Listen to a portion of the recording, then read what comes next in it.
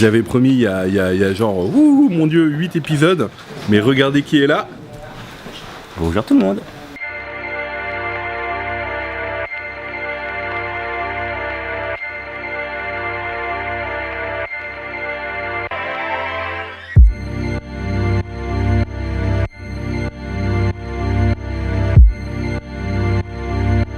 Oversleeping is a good example of a bad. C'est fort hein, le papier peint. Ouais, mais ça fait la blague. Bah ouais. Ça te bien demain en fait. Voilà. Un décor. Mais non, t'es pas dessus, t'inquiète. Si t'es dessus, je mettrai un petit panda. Ah, je vous présente le kraken du pied de mammouth en double steak avec supplément chorizo. Tu viendrais demain Clairement, là on est dans le, Tu veux... dans le méchant burger quoi. Voilà. Dernier burger pied de mammouth en fait. Ah oui. Ouais. Enfin, sauf si j'en mange un demain. C'est ça. Ah oui, t'arrêtes vendredi. Ce qui est pas impossible, j'arrête vendredi donc. Chaque truc est un peu le dernier. T'as vu ma dernière côte de bœuf? Je vais regarder la fin. Le meilleur côte de bœuf que j'ai jamais fait. Grave. Un truc comme as. Passer ta tête dans l'élection de Super Lycédante 2017. Vas-y, mets la tête, mets la tête, mets la tête. Ah là là. Je sais pas, on se met là, on se met à la table là. Hop. Alors, on va, faut qu'on rentre tous les deux dans le. Mais moi je remettrais ça. Dans le machin. Ah, attends, hop, on va faire le point. Je vous présente donc Olivier Samuel. Olivier, qu'est-ce qu'on peut dire de toi?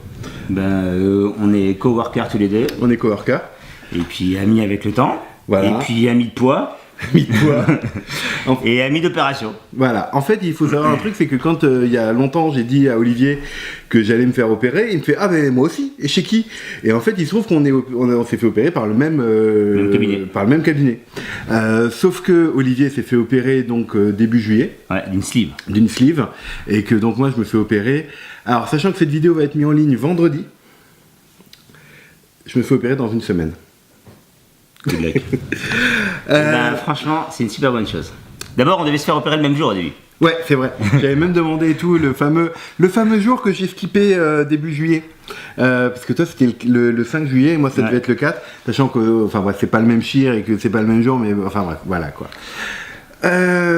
Aujourd'hui, pour moi, c'est un jour vraiment spécial. On va commencer par là parce que vendredi, c'est le jour où je vais commencer le régime pré-op. Ouais. Et c'est toi, en fait. J'ai entendu que j'étais le responsable de ton coup de flip au mois de juillet ou je sais pas quoi. Et le seul truc qui m'avait été presque le plus difficile pour tout te dire, c'était ce putain de régime là, pendant une semaine avant, où parce qu'on a des habitudes alimentaires où on mange quand même pas mal, en volume. Oui. Et en quantité, et là c'est quand même assez restrictif, mais en réalité le restrictif du quantité on s'y habitue assez vite parce que d'abord je pense qu'on est assez motivé, toi et moi, et puis on a assez la galère du poids pour savoir qu'est-ce qu'on a à y gagner, donc il y a un côté motivé sur la quantité, mais nous on avait un régime entre autres juste avec des blancs d'œufs en plus des légumes et des féculents, et ça m'a paru un peu douloureux et un peu pas très agréable. Et donc là, ça a été un peu difficile. Puis après, ça s'est arrangé. Ça fait une semaine, je me dis, mais à chaque fois que je mange, j'ai l'impression de manger le dernier truc, tu vois. T'as un côté sympa. Et alors après, surtout après l'opération, t'as un côté plaisir où moi, j'avais vraiment un problème avec la satiété. Et je pense que c'est les nombreuses personnes qui font ce genre d'opération, c'est un vrai problème. C'est-à-dire qu'il n'y a plus de sentiment de satiété. Et qu'il y a un moment où ta tête, elle comprend bien que toi-même, quand tu te mets face à toi-même, tu te dis, il y a un problème parce que tu manges comme un goré et en y perdant parfois même le plaisir, mais t'as pas de limite dans le truc. Et là, c'est vrai que de retrouver un plaisir gustatif. Alors, les premières semaines, tu manges très peu. Là, je commence à remanger un peu. Moi, j'ai perdu déjà 22 kilos, 23 kilos en 8 semaines, tu vois. Et je retrouve maintenant une assiette alimentaire, un bol alimentaire, on va dire de la taille d'une assiette à dessert, tu vois. Mais moi, ça me va très bien. Et par contre, j'ai retrouvé un vrai plaisir gustatif de produits avec finesse, quoi, tu vois. Alors, on a le régime pré-op.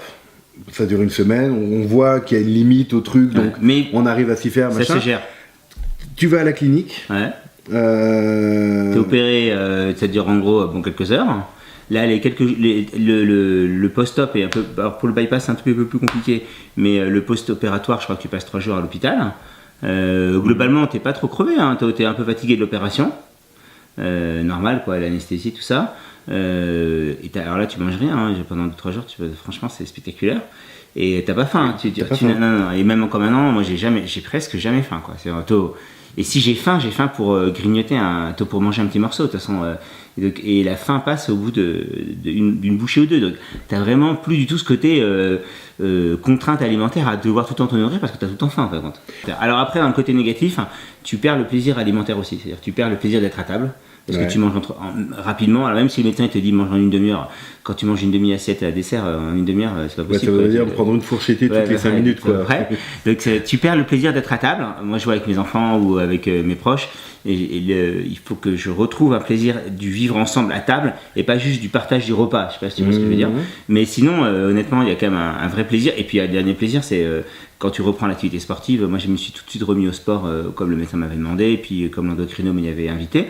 Et c'est un vrai plaisir quand tu renages dans l'eau et que tu as l'impression d'avancer quand tu avances avec tes bras et de pas être une baleine qui traîne, quoi. Voilà, tu vois, il y a un côté plaisir quand tu fais du vélo, tu fais 1 heure de vélo, tu as l'impression d'avoir. Voilà. Donc moi vraiment j'ai un vrai plaisir à reprendre. Et puis même physiquement, tu te sens beaucoup mieux, la nuit tu dors hyper bien.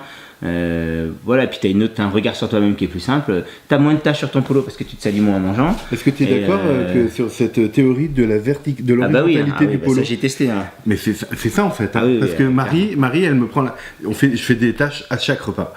Et moi, je pense que c'est parce que là, en fait, si je me mets tac, voilà, là, il y a de la surface en fait. C'est clair. J'ai le même problème. Et le dernier point là-dessus aussi, c'est là, moi, je sais pas, mais c'est le retour aussi à des vêtements. Plus sympa, où t'es pas obligé d'être en polo tout le temps parce qu'en gros les chemises elles blousent trop et que c'est trop serré, le costume qui fait office de pingouin quand tu le mets, voilà. Moi je suis vraiment motivé, j'ai vraiment un plaisir là-dessus et puis je pense même qu'en termes de prévention c'est super et c'est pour ça que moi je t'ai poussé et motivé. Il y a un moment où ça devient dangereux quoi et tu verras que c'est une épreuve positive. Il y a comment aller vivre mon entourage de trucs et moi au début j'avais pas du tout pensé à ce point-là et c'est vrai que c'est un point crucial. Et au début, elles étaient très dubitatives. Et alors ma petite, entre autres, le fait que je perde du poids et du volume, pour elle, ça voulait dire que je perdais aussi de la rondeur, de l'affection, de la tendresse, l'image de la rondeur. Voilà. Et c'est vrai que moi, un de mes objectifs personnels, c'est aussi de garder mon caractère où je pense que j'ai une certaine comme ça jovialité liée à ma rondeur, hein, et que je la garde, qu'il ne soit pas lié à ma rondeur, mais que je garde ma jovialité. Et c'est un challenge que mes filles m'ont posé un peu. Et est-ce que toi, tu te sens en dehors de ce que tu disais, les fringues, le fait de pouvoir bouger plus facilement, etc., ne plus avoir mal quand on s'allonge sur un canapé? Je sais pas si tu avais ça aussi.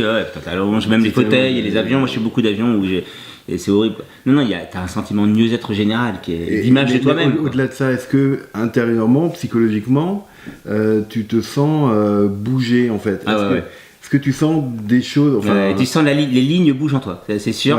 J'avais du mal à le croire avant et le psy m'en avait parlé que le caractère évoluait en fonction de l'évolution du temps par rapport à la diminution du poids et effectivement je sens que je dois lutter pour pas y trouver pour pas entre guillemets que ma perte de poids soit pas non plus une perte de sympathie dans mon caractère, tu vois, de garder comme ça et puis voilà, et puis il y a un côté aussi où on se sent mieux, plus en pouvoir presque. Non, pas en pouvoir parce que moi il y a une certaine humilité aussi à l'âge qu'on a, tu vois, de la vie où tu es. Donc c'est un bon moment. Moi j'ai 43 et je pense que c'est un bon moment de vie aussi dans mon âge où j'ai un parcours de vie où il y a une certaine humilité à la vie qui à un moment où t'arrives. Et effectivement, je pense qu'il y a un risque de sentir avec du pouvoir quand tu perds du poids, comme ça, où tu te sens plus. Moi, ça n'a pas été mon cas. Moi, j'ai plutôt gagné plus en force intérieure, on va dire, j'ai l'impression. Ouais. Après, c'est aussi c'est une rencontre avec soi-même, c'est une vraie rencontre avec soi-même. Le côté alimentaire devient presque anecdotique dans l'histoire. Et moi, te connaissant, je suis sûr que c'est ce qui va se passer. Ça serait une rencontre avec toi-même, ça serait une rencontre aussi, je pense, avec ta vie de famille. Et je te le souhaite dans ce sens-là, vraiment. Quoi. Ben écoute, en tout cas, merci beaucoup pour ce témoignage. Et bonne opération, ma poule. Mais dans la famille, nous faisons du social. Je vous présente Charles Perru. Salut, connard. Voilà. Non, ce mec est super. Alors, Charles Perru est un comédien. C'est-à-dire qu'en fait, il a le don de faire des choses drôles et convaincantes devant une caméra. Par exemple, si là, je lui dis Charles, fais l'autruche. Voilà. Bon, allez, on y va, nous, en tout cas. Il est où mon assistant Yanis. Il est où, mon Yanis? Il est là? On va bosser un peu, là, ou Ouais, je dis ça, mais ce serait bien quand même. Allez, hop. Oui. Aïe, aïe, aïe.